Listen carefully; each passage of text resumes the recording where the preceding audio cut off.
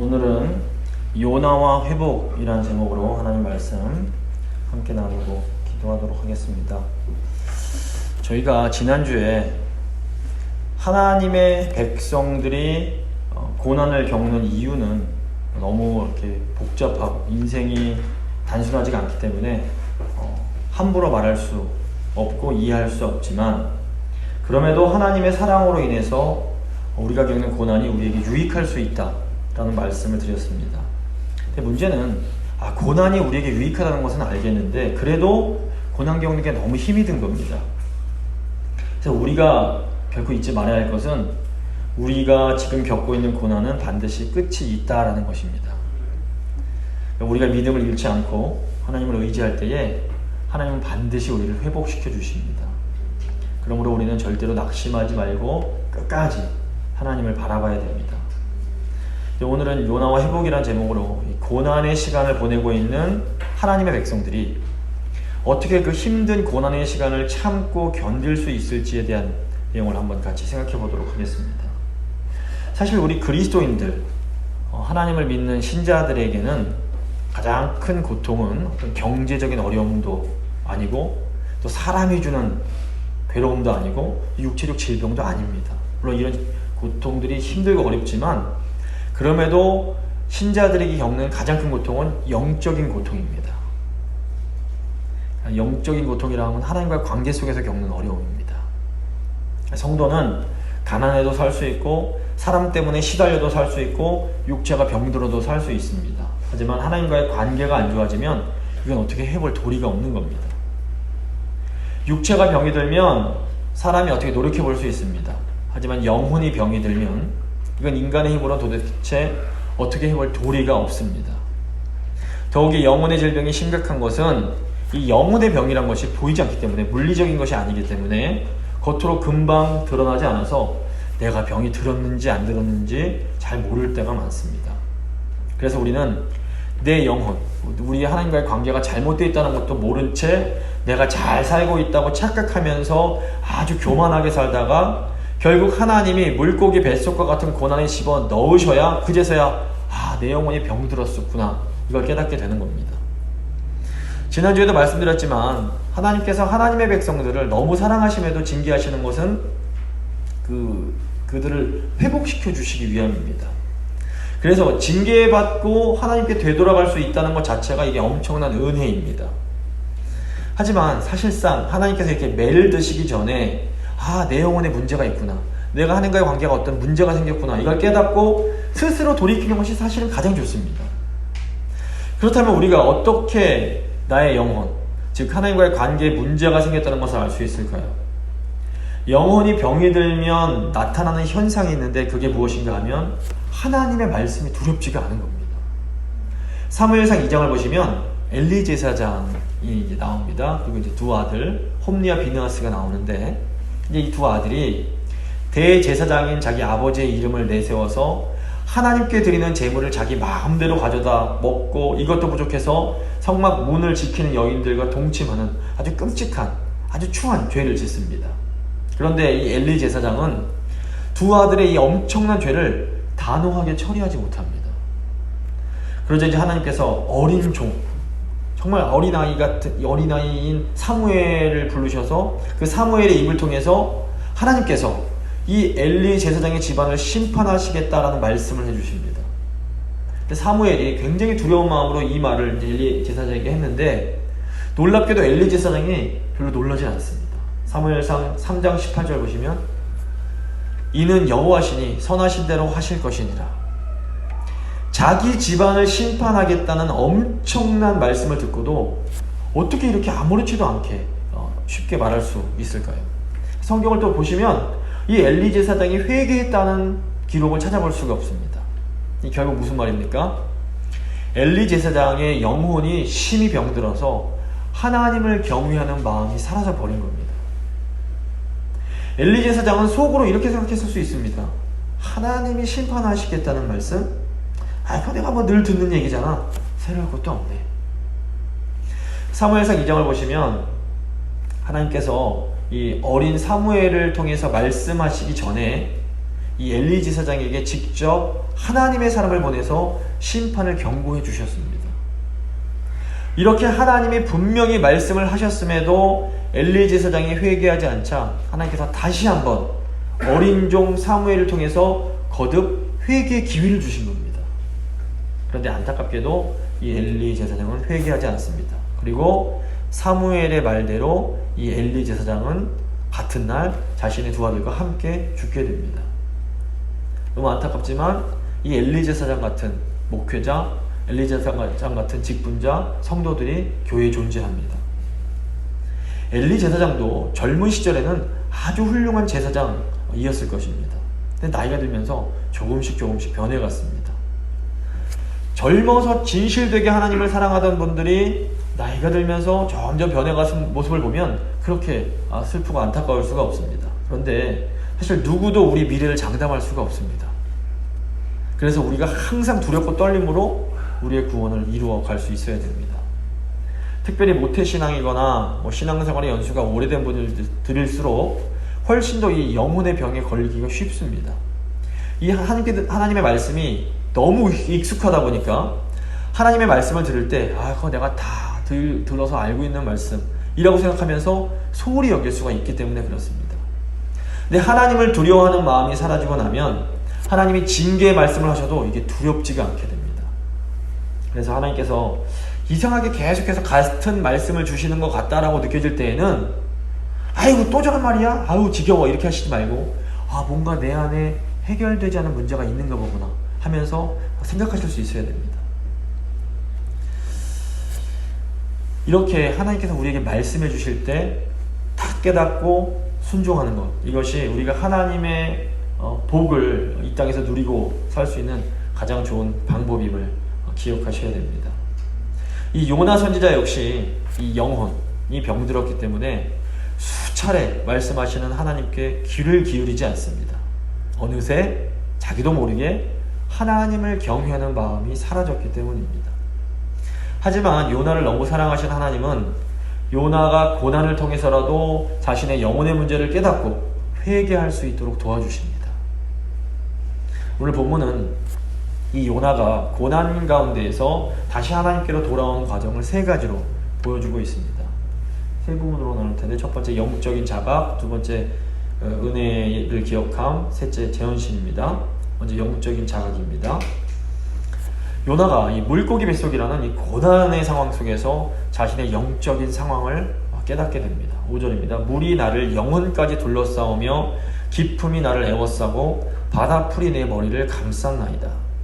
아마 이 물고기 뱃속이 캄캄하고 숨쉬기도 쉽지 않았을 겁니다. 이 물고기 뱃속이라는 상황은 우리의 영혼을 짓누르는 이 고난의 상황을 상징합니다. 요나는 아주 극심한 고난 속에서, 이 어려움 속에서 자신의 영혼이 병들었다는 것을 깨닫게 됩니다. 요나가 물이 자신의 영혼을 둘렀다라고 고백을 합니다. 이 물이란 것은 이제 성경에서 굉장히 무섭고 악한 것을 의미합니다. 상징합니다. 또 기품이 에워싸고 바다풀이 머리를 싸고 있다라는 것은 이 육체와 영혼이 완전히 마비돼서 하나님의 도우심이 없으면 이제 더 이상 회복될 가능성이 없음을 고백하는 겁니다. 아마 요나 선지자는 은연중에 자신이 대단한 믿음의 사람이라고 생각했을 수 있습니다. 실제로 요나 선지자는 북이스라엘의 부흥을 예언한 아주 훌륭하고 위대한 선지자였습니다. 요나가 속으로 이렇게 항변했을지도 모르겠습니다. 하나님, 제가 그래도 주님을 위해서 고난받으면서 이 이스라엘의 부흥을 선포한 선지자 아닙니까?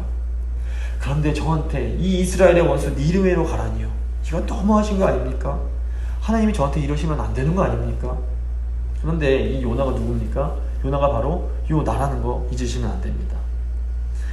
하나님께 열심히 헌신한 분들일수록 은연중에 자기도 모르게 이런 생각을 하기가 쉽습니다. 내가 그동안 주님께 이렇게 열심히 한 헌신이 있는데 주님이 그래도 나는 좀 더 잘 특별한 대우를 해주시지 않을까. 물론 우리 하나님 아버지께서 우리가 주님께 수고한 것, 우리가 교회 위에서 성도 위에서 헌신하고 애쓴 것 다 기억하고 계십니다. 그리고 우리가 수고한 것, 헌신한 것 이상으로 우리 삶 가운데 되갚아 주십니다. 하지만 우리가 조금 더 헌신하고 조금 더 봉사하고 조금 더 애썼다고 하나님 앞에서 어떤 우월의식을 갖는다는 것은 굉장히 위험한 일입니다. 바로 이런 우월의식이 우리의 영혼을 병들게 만듭니다. 6절 보시면 내가 산의 뿌리까지 내려갔사오며 땅이 그 빗장으로 나를 오래도록 막았사오나 나의 하나님 여호와여 주께서 내 생명을 구덩이에서 건지셨나이다.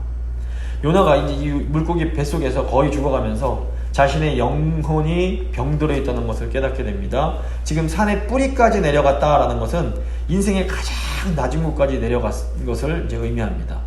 자신의 영적인 상태가 완전히 바닥에 이르렀음을 말합니다. 또 땅이 그 빗장으로 나를 오래도록 막았다라고 하는데 여기서 땅은 죽은 자들이 있는 장소를 말합니다. 이것은 자신의 영혼이 거의 죽은 것과 다름없이 되었다는 고백입니다. 아무리 신앙이 좋은 분들도 영적으로 침체될 때가 있습니다. 아주 작고 사소한 죄에서 시작된 일들이 점점 커지고 온갖 복잡한 일들이 겹치면서 도저히 인간의 힘으로는 회복될 수 없을 만큼 심각하게 커져버리게 되는 경우가 있는 겁니다. 지금 요나의 상황이 바로 그런 상황이었습니다. 사실 요나는 정말 훌륭한 선지자였습니다. 하지만 자기 민족 이스라엘을 사랑하는 마음이 하나님 말씀보다 더 위에 있는 것, 이것이 문제였습니다. 선지자가 하나님 백성 사랑하는 것 당연하고 귀하고 좋은 일입니다. 하지만 그 마음이 아무리 좋은 것이라 해도 하나님의 말씀보다 앞설 때에는 그것이 우상숭배가 되고 죄가 됩니다. 그 죄가 지금 요나의 영혼을 병들게 만들고 결국 물고기 뱃속이라는 깊은 고난 속으로 들어가게 만들었습니다. 근데 우리도 요나와 똑같은 실수를 하는 경우가 많습니다. 우리가 하나님께 범죄하는 것이 크고 대단한 것에서 시작하는 경우가 거의 없습니다. 처음에는 아주 작고 사소한 것에서 시작이 됩니다. 우리의 죄는 아주 작은 탐욕, 아주 작은 시기, 아주 작은 원망, 아주 작은 싸움에서 시작이 됩니다. 이 정도는 괜찮겠지. 사람이 다 그런 거지. 이런 것까지 우리가 이렇게 신경을 쓰고 살아야 되나? 이렇게 죄와 조금씩 타협하기 시작합니다. 근데 이렇게 한 번, 두 번 계속해서 죄를 짓다 보면 어느새 우리가 죄에 대해서 무감각해지게 됩니다. 그리고 이 작은 죄가 점점 커져서 큰 죄로 커지게 됩니다.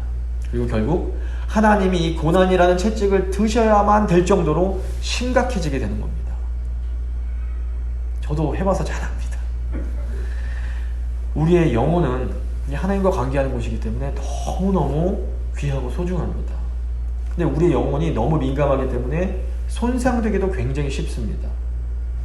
그래서 아주 작은 죄만 들어와도 우리 영혼이 쉽게 오염되어 버립니다. 저희가 계속 하나님의 말씀을 반복해서 들어야 되는 이유가 뭡니까? 말씀이 우리 안에 들어오는 이 죄를 죽이고 우리의 영혼을 치유하기 때문에 그렇습니다. 그러므로 열심히 말씀을 통해서 내 안에 들어오는 죄들을 치료해야 우리가 하나님께서 주시는 이 평강을 평소에 누리면서 살 수가 있게 됩니다. 요나 선지자는 고난 중에서 자신의 영혼이 병들었다는 것을 솔직하게 받아들입니다. 그런데 이렇게 요나가 주님 제 영혼이 병들었습니다 이걸 고백하자 놀라운 일이 일어납니다. 요나가 갑자기 나의 하나님 여호와여 주께서 내 생명을 구덩이에서 건지셨나이다 라며 구원의 하나님을 찬송합니다. 요나는 자신의 영혼에 문제가 있음을 깨닫고 영혼을 치유하시는 하나님의 능력을 다시 의지하게 되는 겁니다. 그러니까 내 영혼에 나와 하나님과의 관계에 문제가 있음을 자각하고 인정하는 사람이 하나님의 회복의 손길을 기대할 수 있습니다. 나에게 아무 문제가 없다. 이 정도면 잘하는 거 아니야? 생각하는 분들은 하나님이 만지고 싶으셔도 만질 수가 없습니다. 예수님도 자기의 영혼이 건강하다고 착각하면서 다른 사람들을 함부로 정죄하던 바리새인들을 향해서 이렇게 말씀하십니다. 건강한 자에게는 의원이 쓸데없고 병든 자에게라야 쓸데있느니라. 내가 의인을 부르러 온 것이 아니요 죄인을 부르러 왔노라. 스스로 의롭다 생각하는 사람들에게는 하나님께서 역사하실 수가 없는 겁니다. 그렇기 때문에 우리는 절대로 교만해져서는 안 됩니다. 우리의 영혼도 언제라도 작은 죄로 인해 병들 수 있고 오염될 수 있습니다. 그러므로 우리가 언제나 죄를 경계하면서 겸손하게 행할 수 있어야 됩니다. 이제 두 번째 회복의 단계입니다. 은혜를 기억하는 겁니다. 요나가 고난 중에서 하나님의 은혜를 기억을 합니다. 7절입니다. 내 영혼이 내 속에서 피곤할 때에 내가 여호와를 생각하였더니 내 기도가 주께 이르렀사오며 주의 성전에 미쳤나이다. 여기 지금 내 영혼이 내 속에서 피곤할 때라는 그 원어를 보면 정신을 잃어가는 상태인 겁니다. 거의 정신이 희미해져 가고 있는 이런 상태입니다. 요나가 이 생명이 끊어져 가는 바로 이 순간 하나님을 생각합니다. 내 기도가 주께 이르고 주의 성전에 미쳤다라는 것은 하나님께서 자기의 기도를 듣고 계심을 깨닫고 다시 하나님의 말씀을 사모하는 마음이 생겨나고 있는 겁니다. 극심한 고난 중에 다시 하나님을 생각했더니 하나님께서 지금도 나의 기도를 듣고 계심을 깨닫게 되고 다시 하나님의 말씀을 듣고 싶은 마음이 회복이 되는 겁니다. 이게 지금 뭘 의미할까요? 병이 들었던, 그래서 하나님과의 관계에 심각한 문제가 있던 이 요나의 영혼이 다시 조금씩 회복이 되기 시작하는 겁니다. 기도도 잘 되지 않고 말씀도 듣기 싫었던 이 영혼이 다시금 하나님께 기도하고 싶고 다시금 하나님 말씀을 사모하게 되는 겁니다. 그런데 이 놀라운 회복이 하나님의 은혜를 기억하는 것에서 시작이 됩니다. 하나님의 은혜를 기억하는 것은 나의 인생의 어려운 순간 나를 찾아오셔서 나를 만나주신 그 하나님의 사랑을 다시 생각하는 겁니다. 오늘 6절 말씀 보시면 요나가 하나님을 나의 하나님 이렇게 표현을 합니다. 지금 나의 하나님이라는 표현은 이 하나님과 친밀한 관계를 누렸던 사람만이 할 수 있는 표현입니다. 하나님을 많이 사랑했던 다윗이 여호와는 나의 목자라고 표현을 합니다. 또 예수님도 하나님을 내 아버지 이렇게 부르십니다. 또 사도 바울도 내 하나님이 아시노니 이런 고백을 자주 합니다.